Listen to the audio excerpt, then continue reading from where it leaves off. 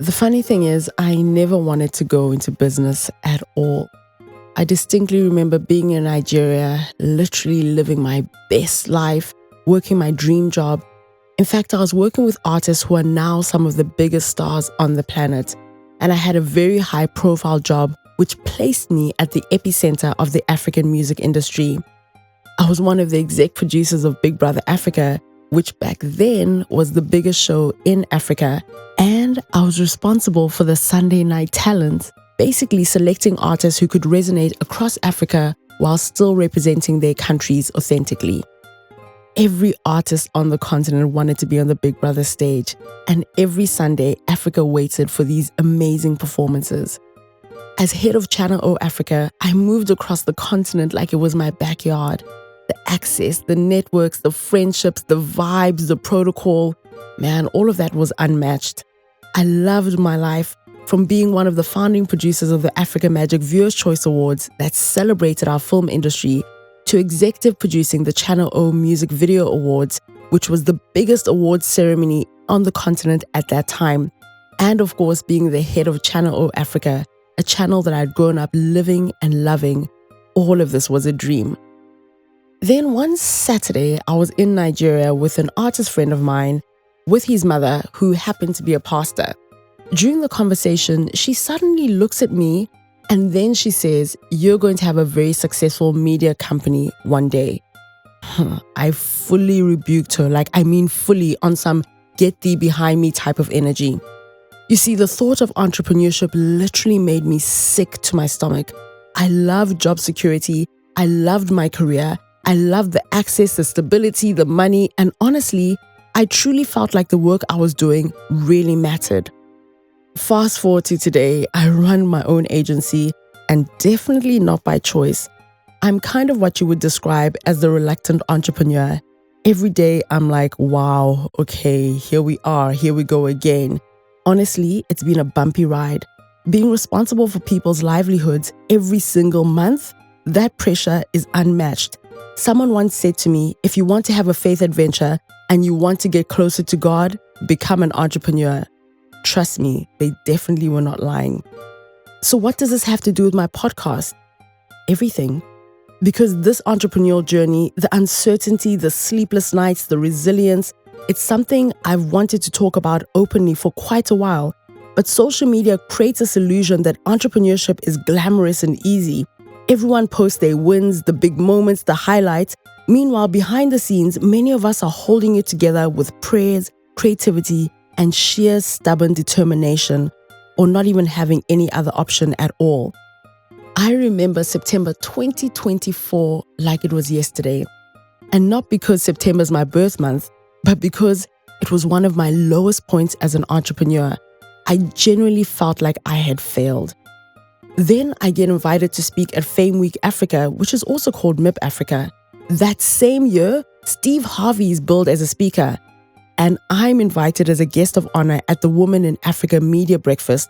And the year before, the guest of honor was the Mo Abudu. You all know who I'm talking about. Well, literally, I felt like somebody was playing a joke on me, because why would they pick me, especially when I was at the lowest of my lowest moments? I felt like I had no idea what I was doing. I'd hit so many dead ends, had so many leads that led me to absolutely nowhere. And worst of all, I knew my company bank balance and my personal one, it just wasn't looking pretty at all. I got flown to Cape Town, booked into a beautiful hotel, but money was so tight that I was literally surviving by eating at the events that I was invited to during that conference. The morning of the Women in Africa Media Breakfast arrived. I shared the stage with the phenomenal Anele Mdodo, someone who I've known since my radio days in South Africa. Anele is brilliant and accomplished, and as I'm listening to her share her story, I was sitting there in awe. But if I'm honest, a part of me was quietly asking God why my life had not worked out and followed that same path. I'm then interviewed by my darling Rorisan Tandekiso, who's doing so well. Her career is literally just like blossoming. I remembered our conversations at a hair salon way back in the day in Jersey, and seeing her life now, it's so inspiring. The conversation goes well. Rory Sang executes a beautiful interview, but of course, and somehow everyone in that room thought that my story mattered. I remember whispering under my breath, "Thank you, Lord." But after the applause fades, reality comes back quickly, right? I'm thinking about bills, about payroll, about my business in Ghana, and how I'm going to figure it all out. At MIP Africa, networking is pretty much the main event.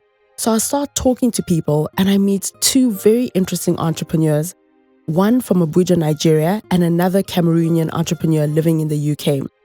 We're chatting over what is essentially a free lunch, but of course, and something compels me to ask a very random but honest question. What's the craziest thing that you've done to pay salaries at the end of the month? The first guy, let's call him Torsen, is a little quiet, but he obliges. He looks at me and he says, "I had to sell a cow to pay salaries." He then bursts into laughter at himself and I start laughing too. You know that deep, trench-level entrepreneur laugh, the one where you know that you had to do what you had to do to get what you had to get and to get to the end of the month? Yeah, that kind of laugh. The second entrepreneur, let's call him Manny. He had just had twins. He shares how his father-in-law had never really liked him, but eventually started to warm up to him and showed this by giving him a very meaningful gift that had been in the family for a while. Pretty nice, right? Well, Manny sold it. When I asked him how he explained it to his father-in-law, he admitted that he bought a fake replacement and he later bought the original back, and his father-in-law never knew the difference. These stories really did something to me outside of making me genuinely feel like I could chuckle.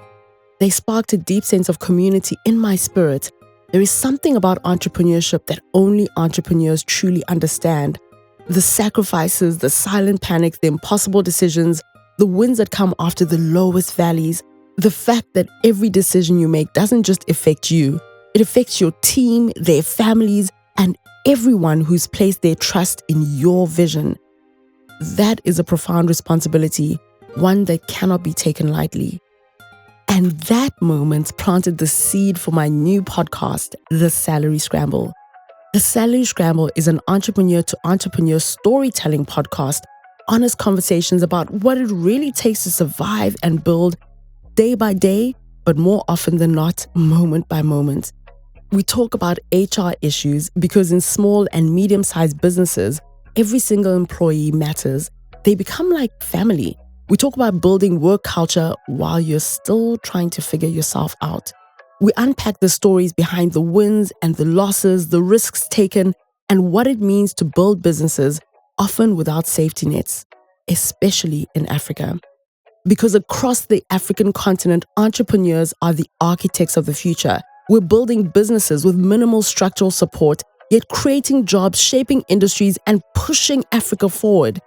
Statistically, Africa has the highest entrepreneurship rate in the world, with roughly 20 to 22% of working adults running businesses, often with limited government support or infrastructure. If that isn't purpose-driven living, I really don't know what is. And yes, of course, every guest has to answer that one question. What's the craziest thing you've ever done to make payroll? Because no matter how successful someone becomes, every entrepreneur has at least one story where they had to get creative and basically pull money from trees. That's the Salary Scramble with Lee Kasumba. And that's me, Lee Kasumba. So, whether you're an entrepreneur looking for community, an investor looking to understand founders better, a policymaker trying to build support systems, or simply someone who loves powerful African stories, there's something here for you. Please join the movement, subscribe to the podcast, follow the social media, and tell your people about it. Let's build this thing one listener at a time. The Salary Scramble, where glossy titles end and real founder stories begin.